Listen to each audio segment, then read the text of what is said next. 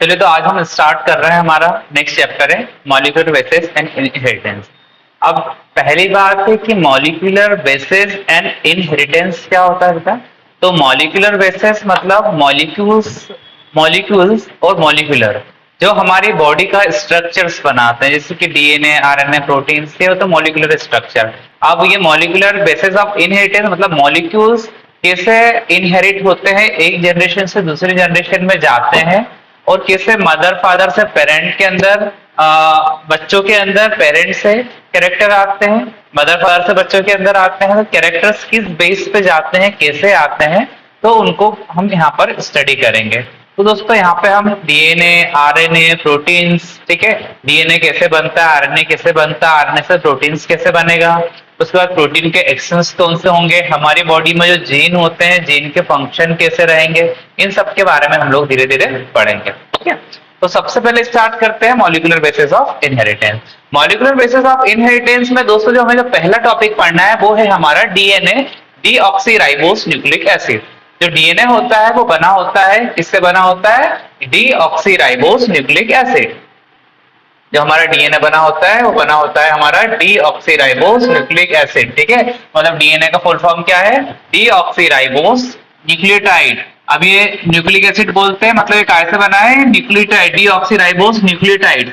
Nucleotides क्या होते हैं, ये प्रोटीन की चेन्स होती है, इन्हें बोलते हैं हम लोग न्यूक्लियोटाइड, जिससे हमारा डीएनए बना होता है। ठीक है, और जो डीएनए की बात करते भाई, अलग अलग एनिमल्स, अलग अलग प्लांट्स, अलग अलग बैक्टीरिया, वायरस, फंगस, सबके अंदर अपने अपने डीएनए के नंबर वेरिएट करते हैं, वेरिएशन होता है सबके अंदर। किसी के अंदर कम होता है, किसी के अंदर ज्यादा होता है, किसी के अंदर बहुत ही बल्कि क्वांटिटी में होता है, किसी के अंदर बहुत ही स्मूथली होता है। ठीक है, तो ऐसे अलग अलग ऑर्गेनिज्म में अलग अलग टाइप के डीएनए के स्ट्रक्चर्स होते हैं। जैसे कि आपको एक एग्जांपल दिया बैक्टीरिया फेज। बैक्टीरिया फेज क्या, एक बैक्टीरिया फेज का नाम है 5x174। ठीक है, 5x174, इसके अंदर जो न्यूक्लियोटाइड बेसिस है वो 5386 न्यूक्लियोटाइड, मतलब इसके अंदर जो न्यूक्लियोटाइड डीएनए बना होगा वो 5386 बेसिस का बना। बेसिस मतलब जैसे कि हमने आपने कभी सुना होगा डीएनए के अंदर एडेनिन, गुआनिन, साइटोसिन, थाइमिन होते हैं, उसी प्रकार 5x174 के अंदर 5386 न्यूक्लियोटाइड बेसिस होते हैं। ठीक है, उसके बाद आगे है बैक्टीरिया फेज जो होते हैं, इसको बोलते हैं लेमडा फेज। लेमडा फेज के अंदर जो होता है 48502 बेसिस होते हैं। ठीक है, 48502 बेसिस होते हैं, मतलब आप सोचो कितना ज्यादा बेस पेयर कंटेन करता होगा हमारा बैक्टीरिया फेज या लेमडा फेज। ठीक है, उसके बाद ई कोलाई, स्टीरियो कोलाई जिसको बोलते हैं, शॉर्ट में ई कोलाई बोलते हैं, इसके अंदर आप देखिएगा 4.6 10 to the power 6 base pairs होते हैं। बेस पेयर मतलब वही एडेनिन, गुआनिन, साइटोसिन, थाइमिन जैसे बेस पेयर, इनके अंदर कुछ हो सकता है, कुछ अलग होंगे, और मैक्सिमम कंडीशन में एडेनिन, गुआनिन, साइटोसिन, थाइमिन वाले बेस पेयर देखने को हमको मिलेंगे। उसी प्रकार ह्यूमन बीइंग के अंदर बेटा देखो हैप्लॉइड कंडीशन, हैप्लॉइड कंडीशन में होते हैं कितने, 3.3 10 to the power 9 base pair. अब आपको दोस्तों ये याद होना चाहिए कि हैप्लॉइड क्या होता है और डिप्लॉइड क्या होता है। हैप्लॉइड मतलब होता है, जैसे कि बात करते हैं हमारे अंदर 46 क्रोमोसोम होते हैं। कितने क्रोमोसोम बेटा, 46 क्रोमोसोम है। तो ये क्या होते हैं, 2n है, ये डिप्लॉइड फॉर्म में 46 क्रोमोसोम है। हैप्लॉइड की बात करेंगे तो 23 होंगे, मतलब हैप्लॉइड का मतलब होता क्या, आधे। क्या होता बेटा, आधे। तो हैप्लॉइड कंडीशन में ये होगा, और डिप्लॉइड में क्या हो जाएगा, डिप्लॉइड के अंदर क्या हो जाएगा, 6.6 into 10 to the power 9 base pair. ठीक है, ये हैप्लॉइड डिप्लॉइड की कंडीशन में। यहां से कई बार बहुत सारे एग्जाम्स में क्वेश्चन बनाए, आपको सीयूटी के एग्जाम में भी ये क्वेश्चन बन सकते हैं यहाँ से कि भाई 5x174 में कितने न्यूक्लियोटाइड होते हैं, बैक्टीरिया फेज लेमडा फेज में कितने होते हैं, ह्यूमन की हैप्लॉइड या डिप्लॉइड सेल्स में कितने होते हैं। तो यहाँ पे हैप्लॉइड का तो दिया है 3.3 10 टू द पावर 9, और डिप्लॉइड में क्या होते हैं 6.6 10 to the power 9 base pair. ठीक है, इन दोनों चीज को आपको अच्छे से ध्यान रखना है, अच्छे से पढ़ना है। ठीक है बेटा, अब आगे देखते हैं, आगे देखना है structure of polynucleotide chain. Polynucleotide chain मतलब वही डीएनए की चेन के स्ट्रक्चर्स के बारे में हम लोग पढ़ेंगे। ठीक है, तो डीएनए की चेन के स्ट्रक्चर में सबसे मुख्य भाग जो होता है न्यूक्लियोटाइड 3 कंपेन नाइट्रोजन बेसिस। इसके अंदर क्या होते हैं, नाइट्रोजन क्षार होते हैं, नाइट्रोजन बेसिस होते हैं, और क्या होता है, पेंटोज सुगर। पेंटोज मतलब 5 कार्बन ऑफ सुगर, 5 कार्बन की सुगर होती है, जिसको होता है राइबोज। ठीक है, डीऑक्सीराइबोज यदि आरएनए में होगा तो तो होता है राइबोस, और डीएनए का होगा तो डीऑक्सी राइबोस। ये 2 टाइप की शुगर्स होती है, ठीक है। And 2 type of nitrogen bases, purine and pyrimidine, ठीक है। अभी आपको बहुत अच्छे से ध्यान रखना है बेटा ये, क्योंकि 2 नाइट्रोजन बेसिस होते हैं डीएनए के अंदर, एक प्यूरिन होता है और एक पाइरिमिडिन होता है। प्यूरिन के अंदर हम देखते हैं एडेनिन और गुआनिन, ठीक है। पाइरिमिडिन के अंदर साइटोसिन और थाइमिन। अब ये यूरेसिल क्या होता है सर? तो बेटा क्या होता है, जो नाइट्रोजन बेसिस होते हैं, कौन से बताए हमने यहाँ पे, बोलिए? प्यूरिन, और दूसरा है क्या? पाइरिमिडिन। प्यूरिन के अंदर क्या क्या होता है बेटा? प्यूरिन के अंदर होता है हमारा एडेनिन प्लस गुआनिन, और पाइरिमिडिन के अंदर क्या होता है? Cytosine and thymine. अब बोले सर तो यूरेसिल में लिखा है, तो बेटा ये एडेनिन गुआनिन साइटोसिन थाइमिन ये डीएनए के अंदर होता है। कहां होता है ये? डीएनए के अंदर। और जो आरएनए के अंदर होता है, आरएनए के अंदर होता है यहाँ पर थाइमिन की जगह क्या हो जाता है बेटा वहां पर? यूरेसिल, ठीक है। तो ये बहुत मुख्य पॉइंट है, बहुत इंपॉर्टेंट पॉइंट है, आपको अच्छे से ध्यान होना चाहिए कि डीएनए के अंदर तो भाई प्यूरिन और पाइरिमिडिन होता है, प्यूरिन के अंदर एडेनिन गुआनिन होता है, पाइरिमिडिन के अंदर होता है साइटोसिन थाइमिन, और आरएनए के अंदर थाइमिन की जगह क्या हो जाएगा? यूरेसिल। क्या हो जाएगा बेटा? यूरेसिल। तो बस ये 2 ही चीज आपको अच्छे से ध्यान रखना। तो आपको क्या क्या चीजें याद रखनी है कि भाई जो हमारा डीएनए होता है, आरएनए होता है, उसके अंदर पेंटोस शुगर होती है। क्या होती है? 5 कार्बन की शुगर पेंटोस शुगर होती है। और नाइट्रोजन बेसेस होते हैं। नाइट्रोजन बेस कौन कौन से होते हैं? प्यूरिन एंड पाइरिमिडिन, ठीक है। और इनकी श्रृंखला काय की बनी होती है? फॉस्फोरेट ग्रुप, ठीक है। इसकी बने होते हैं ये फॉस्फेट ग्रुप से। क्लियर है?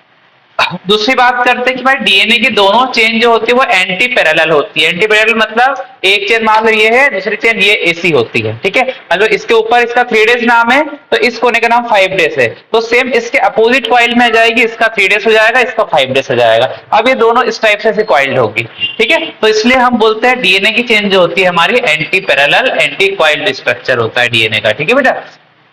आगे देखते हैं इसको, ये देखो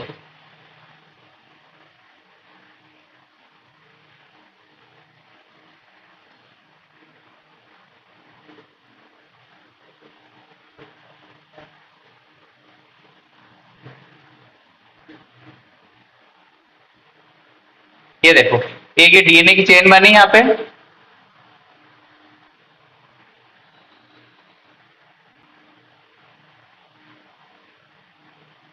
ये देखो, ये जो मैंने बताया आपको पेंटोस शुगर होती है। तो बेटा देखो ये 1 2 3 4 5 ये 5 कार्बन की चेन्स होती है, इसके साथ फास्फोरस जुड़ा होता है। ये 5 कार्बन की चेन है, इसके साथ फास्फोरस जुड़ा है। ये 5 कार्बन की चेन, इससे फास्फोरस जुड़ा है। सेम नीचे देखो, ये 5 कार्बन की चेन, फास्फोरस 5 फास्फोरस 5 फास्फोरस, तो ये दोनों क्या एंटी पैरेलल होती है। और बेटा इसके बीच में जो आपस में जुड़ी होती है, किससे जुड़ी होते हैं? ये नाइट्रोजन बेसेस एडेनिन और गुआनिन, साइटोसिन और थाइमिन, प्यूरिन और पाइरिमिडिन। प्यूरिन के अंदर जैसे कि हमने देखा था अभी क्या था? एडेनिन और गुआनिन। पाइरिमिडिन के अंदर था साइटोसिन और थायामिन, ठीक है। तो डीएनए की चेन में क्या होता है? एडेनिन थाइमिन से डबल बॉन्ड से जुड़ा होता है, और गुआनिन साइटोसिन से ट्रिपल बॉन्ड से जुड़ा होता है। तो यहाँ पे डायग्राम में भी देख सकते हैं, एडेनिन थाइमिन से क्या डबल बॉन्ड से, थाइमिन एडेनिन से डबल बॉन्ड से, गुआनिन साइटोसिन से ट्रिपल बॉन्ड से, साइटोसिन गुआनिन से ट्रिपल बॉन्ड से। और ये बॉन्ड्स कौन से होते हैं बेटा? Hydrogen bonds. कौन से बॉन्ड होते हैं ये? Hydrogen bond. तो आपको आसानी से ध्यान रखिएगा, इस डायग्राम के अंदर से आपको 4-5 चीजें क्लियर होती है कि भाई न्यूक्लिक एसिड के स्ट्रक्चर में पेंटोस शुगर होती है, मतलब 5 कार्बन की शुगर होती है। इसके बीच में फास्फोरस के एटम्स लगे होते हैं जो दोनों चेन के अंदर एक जैसे होते हैं। दोनों चेन एंटी पैरेलल होती है, एक 5 डेज से 3 डेज पे जाती है, दूसरी चेन 3 डेज से 5 डेज पे जाती है। दोनों के बीच में जो बॉन्ड्स होते हैं, इन बॉन्ड्स का नाम होता है हाइड्रोजन बॉन्ड। इसमें एडेनिन गुआनिन से साइटोसिन थाइमिन से आपस में जुड़े होते हैं। क्लियर है बेटा? अच्छे से इन चीजों का अच्छे से आप लोग ध्यान रखिएगा, ठीक है। इसके बाद आगे चलते हैं। आगे चलने के बाद ये आप एक स्ट्रक्चर देख पा रहे हैं, ये डीएनए का स्ट्रक्चर है। वही ये जो बॉन्ड्स दिख रहे हैं ना बेटा, ये वही है, एडेनिन से ये थाइमिन जुड़ा है, और ये गुआनिन से साइटोसिन जुड़ा है, फिर वो एडेनिन से थाइमिन, गुआनिन से साइटोसिन, फिर वही है आपके साइटोसिन से गुआनिन। ये इनका ऑर्डर कुछ भी हो सकता है, इधर का उधर, इधर का उधर हो सकता है, ठीक है। और बाकी जुड़े होते हैं दोनों एंटी पैरेलल, एक दूसरे के अपोजिट। और ये डीएनए की जो चेन होगी वो कैसी है? एकदम एंटी पीरियड मतलब ये चेन यहाँ से स्टार्ट हुई होगी 5 डेज से ना, तो 5 डेज से गई होगी, तो ये गई होगी 3 डेज पे, और ये वाली चेन क्या होगी 3 डेज से स्टार्ट हुई होगी, तो कहाँ गई होगी 5 डेज पे। ये पूरी चेन इस टाइप से डीएनए के अंदर अरेंज होती है, बनी होती है। ठीक है, इन पॉइंट्स को बहुत अच्छे से याद रखिएगा बेटा, इजी है ना। ठीक है, उसके बाद ये पॉइंट जो आपके दिए, जो मैंने आपको जितने पॉइंट्स बोले वो पूरे यहाँ पे 1 2 3 4 5 के फॉर्म में दिए हुए हैं पूरे पॉइंट ना, अच्छे से देखिएगा एक बार। उसके बाद आगे चलते हैं डीएनए से। अब डीएनए के बाद आगे चलते हैं, आगे एक छोटा सा एक आपको इतना सा एक स्ट्रक्चर, एक डायग्राम बना के दे दिया आपको, भैया ये क्या है। ठीक है, ये इस चैप्टर का सबसे इंपॉर्टेंट चीज है, जिसको बोलते हैं सेंट्रल डोग्मा। इस चैप्टर की सबसे इंपॉर्टेंट चीज है, जिसका नाम होता है सेंट्रल डोग्मा। इसके अंदर क्या होता है बेटा, जो हमारी बॉडी के अंदर जो भी स्ट्रक्चर कैसे क्या कर रहे हैं, कैसे बन रहे हैं, उसके बारे में हम बात करते हैं। ठीक है, तो क्या होता है, जैसे कि हमारी बॉडी के अंदर डीएनए आरएनए प्रोटीन, हम जानते हैं कि जब हमारी बॉडी का फॉर्मेशन होता है तो हमारी मदर और फादर, मदर से एग आता है, फादर से स्पर्म आता है, स्पर्म और एग आपस में मिलते हैं, स्पर्म और एग आपस में मिलने के बाद फिर जायगोट बनता है, फिर जायगोट से एक शिशु का निर्माण होता है, एक बेबी का निर्माण होता है, तो एक बेबी बनता है। तो जब एक बेबी बन रहा है तो उस टाइम पे कैसे चेंज आएंगे, क्या होगा, क्या बनेगा, उसके बारे में बात करते हैं। तो बेटा क्या होता है, जब एक बेबी बनता है तो उसके अंदर मदर का डीएनए और फादर का डीएनए, दोनों के डीएनए मिक्स होके आते हैं। अब सर मिक्स डीएनए तो आ गए, पर ये तो हम सब जानते हैं बचपन से कि डीएनए आ गए, तो डीएनए फिर मदर फादर से बच्चे में कैरेक्टर डीएनए के फॉर्म में आ रहा है, तो वो एक्सप्रेस कैसे होते हैं, दिखेंगे कैसे। अब बेटा ध्यान दीजिएगा, फादर के बाल का कलर, मदर के बाल का कलर, फादर की स्किन का कलर, मदर की आंख का कलर, ये सभी जो डिफरेंट डिफरेंट कैरेक्टर्स होते हैं ना, जो मदर फादर को हमें एक जैसा बनाते हैं, तो ये होते हैं हमारे कैरेक्टर्स। और ये जो कैरेक्टर्स होते हैं, ये डीएनए के ऊपर जो जीन्स होते हैं उनके ऊपर बैठे होते हैं, उसके साथ ये बच्चों के अंदर जाते हैं। तो जैसे ही कैरेक्टर बच्चों के अंदर जाते हैं तो डीएनए के फॉर्म में जाएंगे, तो क्या होता है बेटा, वो डीएनए डायरेक्टली, और जो कैरेक्टर्स होते हैं वो प्रोटीन बनने के बाद एक्सप्रेस होते हैं। मतलब मेरे अंदर आंख का कलर यदि ब्राउन कलर है तो मेरी मदर फादर से डीएनए के फॉर्म में आया होगा, और मेरे अंदर वो डीएनए के फॉर्म में एक्सप्रेस नहीं हुआ, मेरे अंदर वो प्रोटीन बन के एक्सप्रेस हुआ, जब भी वो दिखाई दे रहा है। मतलब जो भी हमारी बॉडी का स्ट्रक्चर है वो सब एक प्रोटीन के फॉर्म में एक्सप्रेस होते हैं। ठीक है, तो सबसे पहले क्या बना बेटा, डीएनए मदर फादर से आया, मदर फादर से आने के बाद एक प्रोसेस, इसका नाम है ट्रांसक्रिप्शन। क्या होता है, ट्रांसक्रिप्शन, इससे बना एमआरएनए। एमआरएनए का नाम होता है मैसेंजर आरएनए। यहाँ पे 3 टाइप के आरएनए पार्टिसिपेट करते हैं, एमआरएनए, आरआरएनए और टीआरएनए। ये 3 आरएनए होते हैं जो इस प्रोसेस में पार्टिसिपेट करते हैं। और ये तीनों आरएनए क्या होता है बेटा, डीएनए, डीएनए के ऊपर क्या होता है, जीन, जीन के पास इंफॉर्मेशन होती है। ये इंफॉर्मेशन मैसेज के रूप में एमआरएनए में आई, एमआरएनए के बाद फिर टीआरएनए इसको ट्रांसफर करता है, किसके पास करता है, आरआरएनए पास। आरआरएनए का नाम है राइबोसोमल आरएनए। और आप सभी बचपन से पढ़ते आ रहे हैं, राइबोसोम को प्रोटीन की फैक्ट्री कहते हैं। मतलब आरआरएनए क्या करता है, प्रोटीन बनाएगा, तो प्रोटीन बनाने के बाद क्या बनाएगा, यहाँ पे प्रोटीन्स बने, प्रोटीन्स बने मतलब कैरेक्टर बन गए।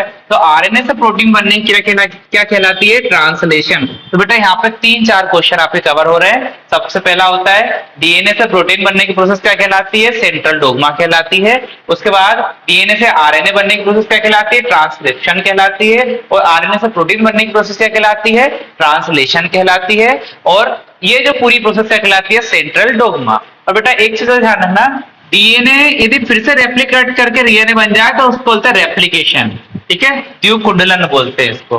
ठीक है, इतना ध्यान रखिएगा बस, इजी है। सेंट्रल डोग्मा काफी इंपॉर्टेंट टॉपिक है, आपको अच्छे से ध्यान रखना है, अच्छे से आना चाहिए।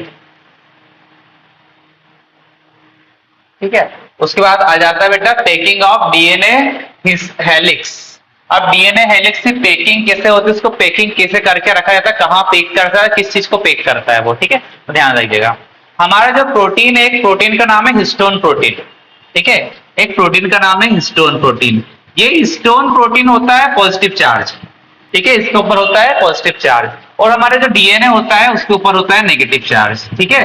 तो ये हिस्टोन प्रोटीन जो होता है पॉजिटिव चार्ज होता है और डीएनए होता है नेगेटिव चार्ज। तो हिस्टोन प्रोटीन के चारों ओर डीएनए कॉइल होता है, फिक्स होता है, लगा हुआ होता है, ठीक है। और सामने डीएनए के दोनों हेलिक्स आपस में एक कनेक्ट होती है, इसको बोलते हैं H1 प्रोटीन के थ्रू, ठीक है। और इस पूरे स्ट्रक्चर को बोलते हैं हिस्टोन ऑप्टामर। ये हमारी बॉडी में मैक्सिमम प्रोटीन का निर्माण करता है, प्रोटीन का फॉर्मेशन करता है, ठीक है बेटा। इसको बोलते हैं हिस्टोन ऑप्टामर, हिस्टोन प्रोटीन, ठीक है। तो यहाँ पे आप देखोगे डीएनए के बेसेस जो होंगे एडेनिन, गुआनिन, साइटोसिन, थाइमिन के बीच का डिस्टेंस जो होता है वो होता है 0.34 एंगस्ट्रॉम या 3.4 एंगस्ट्रॉम या इसको आप बोल सकते हो 3.4 एंगस्ट्रॉम या 0.34 नैनोमीटर, ठीक है बेटा। तो ध्यान रखिएगा इसको, डीएनए के हेलिकल स्ट्रक्चर के बारे में। और हिस्टोन प्रोटीन को क्या बोलते हैं? हिस्टोन ऑप्टामर बोलते हैं। इसके बारे में इतना ही ध्यान रखना है आपको, इससे ज्यादा कुछ नहीं रखना है। हाँ, एक ये स्ट्रक्चर, ये एक कुछ प्रोटीन्स ऐसे होते हैं जिनको नॉन हिस्टोन प्रोटीन्स बोलते हैं बेटा। मतलब हमारी बॉडी में मैक्सिमम प्रोटीन जो होते हैं जो कैरेक्टर को लेके जाते हैं उनके चारों ओर डीएनए कॉइल्ड होता है, इसको स्ट्रक्चर को हिस्टोन ऑप्टामर बोलते हैं, ठीक है। पर कुछ प्रोटीन ऐसे होते हैं जिनको बोलते हैं नॉन हिस्टोन क्रोमोसोमल प्रोटीन्स, ठीक है। नॉन हिस्टोन क्रोमोसोमल प्रोटीन ये क्या होते हैं? बहुत लूजली पैक्ड होते हैं, इसके अंदर इतना टाइट पैकिंग नहीं होती है, ठीक है। और यहाँ पे H1 प्रोटीन भी नहीं होता है जो डीएनए की दोनों चेन को आपस में कनेक्ट करके रखा, जो ऊपर देखा था हमने, ठीक है। तो इनको बोलते हैं यू क्रोमेटिन फाइबर, ठीक है। क्या बोलते हैं? जो बहुत ढीले ढीले पैक होते हैं, इन्हें प्रॉपर पैकिंग नहीं पाई जाती, इसको बोलते हैं euchromatin. And chromatin that are more densely packed and stain dark is called histone chromatin. क्या बोलते हैं? हेट्रोक्रोमेटिन। जो क्या होते हैं? डेंसली पैक्ड होते हैं, हेट्रोक्रोमेटिन होते हैं। इसके बारे में ऐसा आपको इतना को ध्यान नहीं रखना, बस आपको ये आ रखना कि यदि हिस्टोन प्रोटीन के ऊपर डीएनए बहुत लूजली पैक हो तो उसको क्या बोलेंगे? नॉन हिस्टोन प्रोटीन या हेट्रोक्रोमोसोमल प्रोटीन, ठीक है बेटा। ये दो तीन चीज ध्यान रखना हिस्टोन के बारे में। हालांकि यहाँ से क्वेश्चन बनता नहीं है कभी, पर फिर भी एक हल्का सा यदि बना तो आप ध्यान रखिएगा इस चीज को। तो आगे चलते हैं।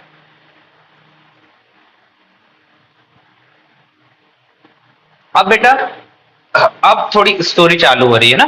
स्टोरी ये चालू हो रही है कि अभी तक तो क्या था, सब लोगों ने, साइंटिस्टों ने बोल दिया था कि भाई डीएनए ऐसा होता है, डीएनए का स्ट्रक्चर ऐसा होता है, डीएनए स्ट्रक्चर अभी तक नहीं बताया था ना। अभी तक तो हम लोग स्ट्रक्चर तो 1953 के आसपास वॉटसन और क्रिक ने बताया था कि डीएनए का स्ट्रक्चर ऐसा होता है। अभी तक सिर्फ हवा में बातें चल रही थी कि भाई इसके अंदर ये चीज होती है। धीरे धीरे लोग डिस्कवर कर रहे थे ये चीज होती है, ये चीज होती है, ये चीज होती है। पर एक्चुअल में उसके अंदर क्या क्या होगा, कैसा स्ट्रक्चर होगा, ये काम कैसे करेगा, ये अभी तक ऐसा जितना पता नहीं लगा है ना। ये हम कब की बात कर रहे हैं? 19 या 18 सेंचुरी की बात कर रहे हैं, ठीक है।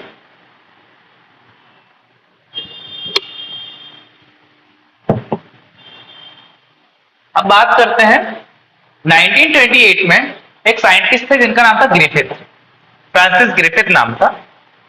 ग्रिफिथ के अंदर बहुत ज्यादा क्यूरियोसिटी थी कि अरे यार डीएनए एक्चुअल जेनेटिक मटेरियल होता है क्या, और होता है तो क्यों होता है, और एक्चुअल इसको डीएनए ही बोलते हैं क्या, क्या होता है। इसलिए ग्रिफिथ ने बहुत परेशान था।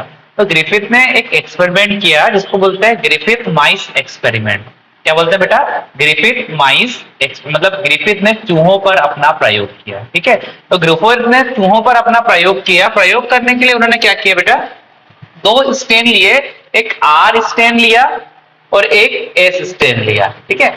आर स्टेन जो था, आर को बोलते हैं रफ स्टेन और ए से स्मूथ स्टेन। रफ स्टेन मतलब होता है कि रफ स्टेन मतलब खुरदरा स्टेन। यदि ये और ये स्टेन क्या होता है बेटा? ये एक डिसीज है जो निमोनिया फैलाती है, स्टेप्टोकोकस निमोनिया, है ना।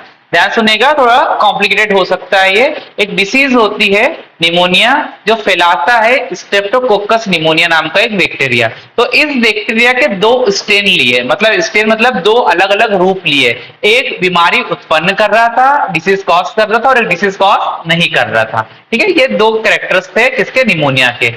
तो इसके अंदर दो कैरेक्टर्स उन्होंने लिए। तो एक डिसीज कॉज कर रहा था, उसका नाम था एस स्टेन, जो काफी स्मूथ था, बहुत इजीली बीमारी क्रिएट कर रहा था। और जो डिसीज नहीं क्रिएट कर रहा था उसका नाम था आर स्टेन या रफ स्टेन, ठीक है। तो ये दो टाइप के स्टेन्स थे। तो क्या किया अब साइंटिस्ट ने, ग्रिफिथ ने क्या किया? इन दोनों स्टेन को पहले माइस मतलब चूहे के अंदर डाला।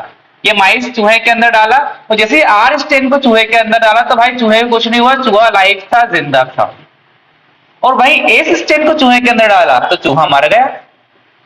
अब भाई साइंटिस्ट को ये तो प्रूव हो गया कि भाई जो आर और एस स्टेन दोनों में से आर स्टेन बीमारी नहीं फैलाता है और एस स्टेन बीमारी फैला रहा है। ठीक है, अब ये तो क्लियर है, इसमें तो कोई ऐसी एक्सपेरिमेंट वाली बात नहीं थी। अब जो अगला प्रयोग उसने किया उसमें क्या है, उन्होंने क्या किया, इस एस को हीट शील्ड किया। हीट शील्ड किया मतलब इसको इतना गर्म किया, इतना गर्म किया कि इसके अंदर जो भी बैक्टीरिया था, कौन सा, स्टेप्टोकोकस निमोनिया फैलाने वाला, उसकी डेथ हो गई, वो मर गया। ठीक है, जब उसने इसको हीट शील्ड करा, मतलब एस वाला एस को हीट किया है ना, हीट किया, अब ये मर गया। अब इसके बाद इन्होंने इसको माइस चूहे के अंदर डाला, तो भाई चूहा के अंदर क्या होगा, पहले डाला था चूहा मर गया था, पर अब चूहा नहीं मरेगा, चूहा जिंदा था। तो उन्होंने बोला वाह यार ये तो अच्छी बात है ना। फिर अब क्या किया, अब उन्होंने जो आर था, आर के साथ इस एस हीट शील्ड वाले को मिलाया, ठीक है, और उसके साथ फिर इसको माइस के अंदर इंजेक्ट किया, चूहे के अंदर डाला। अब आर जिंदा था जिससे बीमारी नहीं हो रही थी, और एस मर गया जो बीमारी कॉज करता था, पर एस मरे उसे बीमारी नहीं हो रही थी। पर अब चूहे के अंदर डालेंगे तो चूहा क्या जिंदा रहना चाहिए था, पर ऐसा ना होकर क्या हुआ, चूहा मर गया। ठीक है, माइस की डेथ हो गई। अब माइस की डेथ हो गई तो अब एक बड़ा कॉम्प्लिकेशन क्रिएट हो गया कि भाई इस माइस की डेथ क्यों हुई, क्या ऐसा कारण रहा होगा कि ये चूहे माइस की डेथ हुई होगी। ठीक है, तो ग्रिफिथ बोलता है कि भाई ऐसा कोई ना कोई केमिकल्स रहा होगा जो इस आर से, इस एस हील्ड कील्ड से, मतलब एस मरे हुए से इस आर जिंदा में ट्रांसफर हुआ है। ठीक है, इस एस स्टेन के अंदर ऐसा कोई केमिकल रहा है कि जो इस आर के साथ मिलकर अपने आप को जिंदा कर लिया होगा, उसने अपने आप के फंक्शन को क्रिएट कर लिया होगा फिर से। ठीक है, तो वो क्या होगा, अब इसको ही उन्होंने बोला था जेनेटिक मटेरियल, अनुवांशिक पदार्थ, किसने, ग्रिफिथ ने। ठीक है, तो ग्रिफिथ ने सबसे पहले एक्सपेरिमेंट करके प्रूफ किया था कि भाई कोई ना कोई ऐसा केमिकल है जो एक जनरेशन से दूसरी जनरेशन में ट्रांसफर होता है। ठीक है बेटा, तो इन्होंने कोई ऐसा केमिकल है जो एक जनरेशन दूसरी जनरेशन में ट्रांसफर होता है, किसने बताया, ये ग्रिफिथ ने।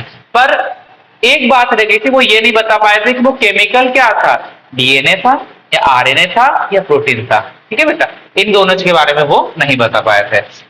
इन दोनों के बारे में बताने के लिए कुछ साइंटिस्ट आए थे, ठीक है, और ग्रिफिथ के एक्सपेरिमेंट का नाम क्या था बेटा, ट्रांसफॉर्मेशन एक्सपेरिमेंट। ठीक है, क्या था, ट्रांसफर, जब वो डीएनए ट्रांसफर हो रहा है तो ऑब्वियस ट्रांसफॉर्मेशन एक्सपेरिमेंट ही बोलेंगे उससे हम लोग, है ना, इसलिए ध्यान रखिएगा आप लोग। अगला है, अब अगला है ग्रिफिथ के जो स्टूडेंट्स थे, जो ग्रिफिथ के साथ काम कर रहे थे, ग्रिफिथ ने अपने एक्सपेरिमेंट के बारे में अपने स्टूडेंट्स को बताया कि हमने ऐसा किया, ऐसा कोई कैरेक्टर्स था, ऐसा कोई फैक्टर था जो ट्रांसफर हो रहा था, जो मरे हुए से भी बीमारी कॉज करने की कैरेक्टर रख रहा था अपने अंदर। ठीक है, पर अब ये क्या था, कैसे था, इसके बारे में एग्जैक्ट पता नहीं था। ठीक है, तो ग्रिफिथ ने क्या किया, अब ग्रिफिथ ने अपना एक्सपेरिमेंट करके छोड़ दिया। तो उससे कुछ स्टूडेंट्स थे, एवेली, मैकली और मैकॉर्टी। ठीक है, ये थे एवेनी, मैकलॉड एंड मैकार्टी। इन तीनों ने मिलके उस ग्रिफिथ की जो 1923 में किया था, इन्होंने 1933 से 34 में 10 साल के अंदर एक्सपेरिमेंट किया, इतना सा। ठीक है, इन्होंने क्या किया, 3 प्रोटीन्स लिए। ठीक है, एक का नाम था डीएनएस, ठीक है, प्रोटीएज, डीएनएस और आरएनएस। 3 क्या लिए बेटा, प्रोटीन एंजाइम लिए। 3 क्या लिखे, protein enzyme, DNase, RNase and proteinase. कौन कौन से, DNase, RNase and proteinase, 3 enzymes लिए।